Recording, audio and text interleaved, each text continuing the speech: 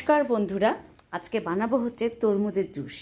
আপনার এই বছর ফার্স্ট তরমুজ এসছে, দেখুন কেটে নিয়ে এসছে, চেক করে নিয়ে এসছে লাল আছে কিনা। বেশ মোটামুটি ভালোই লাল আছে। এবার বিচি শুদ্ধই আমি টুকরো টুকরো করে কেটে নিচ্ছি। কেটে নিয়ে আপনার এটাকে কি করব, মিক্সার গ্রাইন্ডারে গ্রাইন্ড করে নেব। তারপরে আপনার হচ্ছে এই বিচি শুদ্ধ দিলে অনেকের ভাবনা হয় থাকে যে কেমন হবে, মুখে আপনার পেস্ট হয়ে যাবে কিনা, কিন্তু বিচিগুলো কিন্তু তরতাজাই থাকে। এই যে দেখুন কেটে নিলাম। এবার চলুন যাই মিক্সার গ্রাইন্ডারে গ্রাইন্ড করে নিয়ে আসি।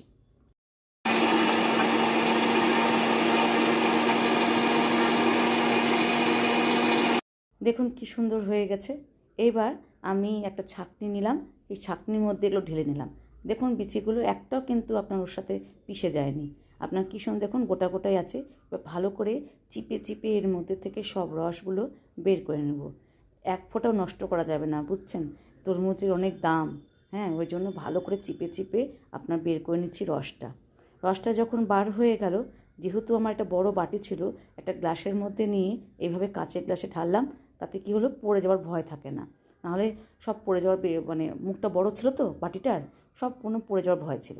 এবার একটুখানি সাজিয়ে নেব, একটুখানি পুদিনা পাতা দিয়ে নিলাম।